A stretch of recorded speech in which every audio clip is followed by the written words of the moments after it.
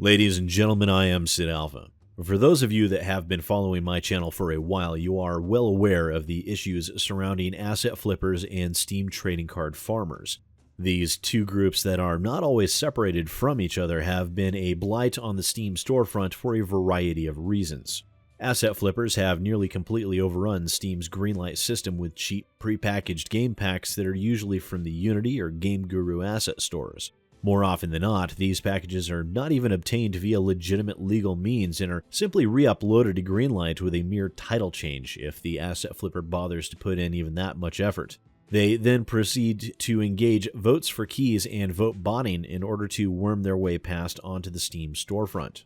From there, they generate thousands or tens of thousands of keys for free to be sold for pennies to the Russian markets for the Steam trading card farmers to ply their trade, converting worthless cards, backgrounds, and emotes into gems that are then used in a variety of ways to generate saleable items in order to turn those gems into cold hard cash. Many of these asset flippers also engage their own bot farms in order to generate funds the same way.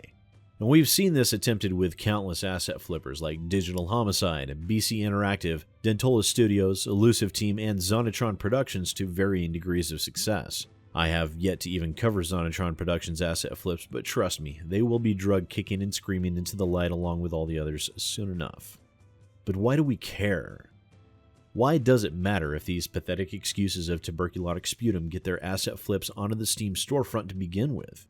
Well, for a couple of different reasons, really. First and foremost is that it greatly affects legitimate independent developers. In a vastly oversaturated market, it is growing increasingly difficult for developers of good games to get noticed. Flooding the market with more asset flips than you can shake a stick at only serves to compound the issues to ridiculous levels.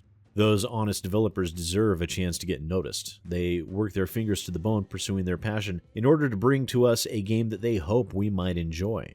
They deserve a chance to have that happen. The more zero-effort asset flips that flood the market, the lesser their chances of ever getting noticed. The second is that the Steam trading card market is an economy in its own right. Much the same that you see in most MMOs, cards and other digital goods can be traded for real-world money. Whether it be trading cards, CSGO crates and keys, or any other number of emotes, desktop backgrounds, and specialty account badges, there is a market for those items, and these card farmers are highly disruptive to that market, driving up prices to ludicrous levels in some areas while wholly depressing them in others.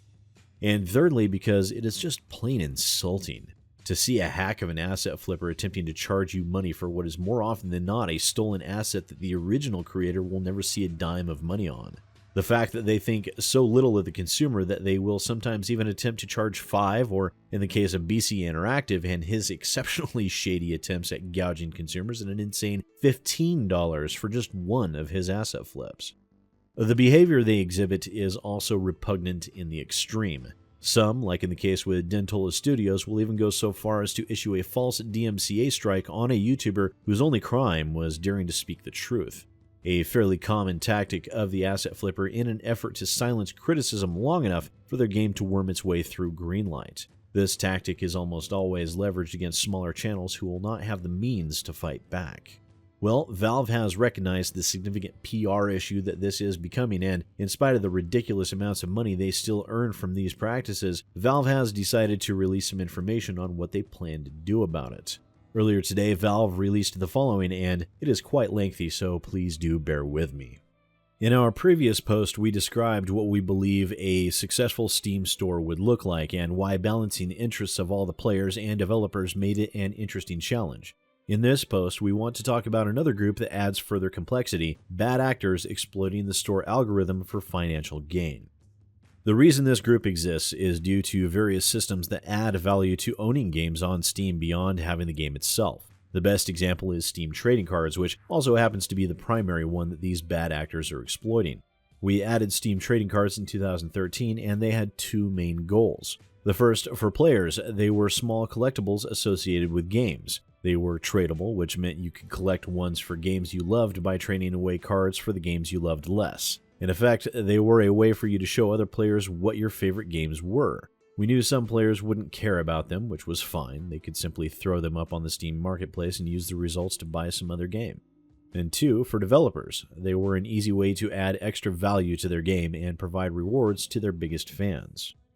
After the release of trading cards, the number of players interested in them grew significantly, until it reached the point where the demand for cards became significant enough that there was an economic opportunity worth taking advantage of. And that's when our group of bad actors arrived, aiming to make money by releasing fake games on Steam.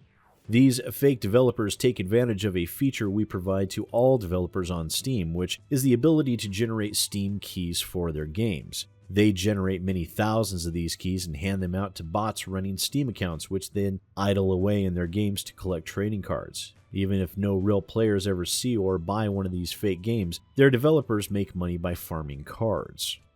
Farming trading cards for profit as a developer isn't rocket science. The primary difficulty is that they need to get a game up on Steam. For a while now, we've been engaged in an escalating war of disabling their latest method of gaming Greenlight's voting mechanisms, where each time we succeed, they circle around and come up with a new way. Unfortunately, this approach isn't terribly sustainable. They continue to get smarter and more large-scale in their methods of generating tons of data, and we're spending more and more time fighting it. We could restrict the ability for developers to generate Steam keys for their games, but we hate to degrade the tools that legitimate developers are using to make their players happy. We're also not certain it would actually solve the problem. There are many ways a bad actor could try to get their game owned by all their bot accounts, and they just need to find a way to do it that costs less than they're making from selling their trading cards. Now, you might wonder why this is really an issue. After all, if no real players are buying their games and their cards are being traded in the marketplace to players who want them, where's the harm? Isn't Valve making money from the marketplace fees on their trading cards? While there's truth in both of these points, the problem is that these games damage something we care about a lot, because it affects all our players, the Steam Store's algorithm.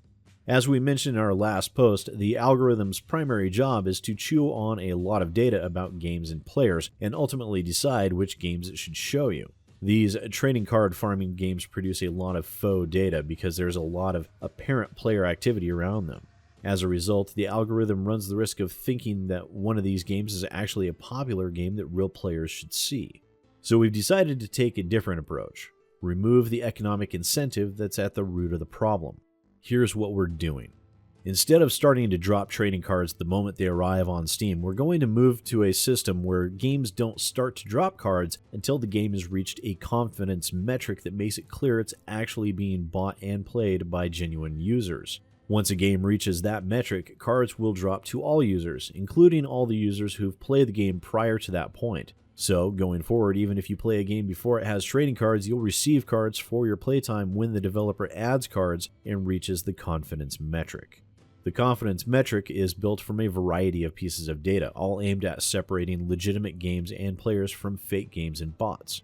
You might wonder why the confidence metric will succeed at identifying fake games when we weren't being successful at using data to prevent them getting through Greenlight. The reason is that Greenlight is used by a tiny subsection of Steam's total player base, producing far less data overall, which makes it more easily gamed. In addition, Greenlight only allows players to vote and comment, so that data is narrow. Steam at large allows players to interact with games in many different ways, generating a broad set of data for each game that makes identifying fake ones an easier task. With this change, we hope to significantly reduce the economic incentive for the bad actors to release fake games on Steam. We're hopeful that this will have little negative impact on other developers and players, with a small number of games having a delay before their trading cards start to drop. On the positive side, it should significantly improve the quality of the data being fed into the store algorithms, which is a good thing for everyone. As always, if you think we've missed something in the analysis of the trade-offs we're working within, don't hesitate to discuss it in any major gaming forum, we read them all, or in our own Steam community forum. Next post, we're going to talk about the Steam Direct publishing fee and some other changes we'll be rolling out soon. So what this means is that Valve will be making use of a wide variety of metrics in order to ascertain that real people are playing the game and not a farm of bots. I strongly suspect this will include gameplay achievements, spaces of time in between gaming sessions, comments and discussion threads, and user reviews, along with what is most likely a host of other data. But will it be effective? Well, in a word, yes, I do believe it will. It won't be perfect, and there will most definitely be some issues to go along with it, but frankly, it's a step in the right direction. Oh, I'm sure asset flippers will figure out ways to game the system, but it will still serve to reduce a lot of the chaff from future attempts at getting an asset flip onto Steam. This could be improved upon by disabling trading cards on known fake games, cutting the scum's income off at the knees, and hindering their ability to post even more asset flips onto the storefront. Now, I know that a lot of people will poke holes in this, and to be honest, I'll be one of them. Please, I encourage you to do so as well. Make recommendations, tell Valve your thoughts, give them an opportunity to make this even better. I also know that many will scoff or deride the attempt to stem the flood, but I'm reminded of what a friend of mine recently told me when we were looking for a solution to a particularly difficult problem at work. He said, "Don't sacrifice good for perfect." What he meant by that is we weren't going to come up with a perfect solution that would fix every aspect of the problem we were facing. So instead, we opted to implement the best solution we could and then would allow it to evolve organically into a solution that might turn out to be that perfect method we were looking for at some point in time further down the road. Now that is very much what Valve is doing here. They aren't sacrificing good for perfect. They know this isn't going to be the end-all be-all solution, but it is still far better than what we have now, which is a broken system that is easily manipulated by those asset flippers out there that are causing so much harm to the industry. Will it solve our problem? Most certainly not. But what it is a step in the right direction, a step down the road of one day perhaps finding that perfect solution. And I, for one, can't wait to put my Asset Flippers series into its grave for all time. Once again, ladies and gentlemen, I am SidAlpha, and I'll see you next time.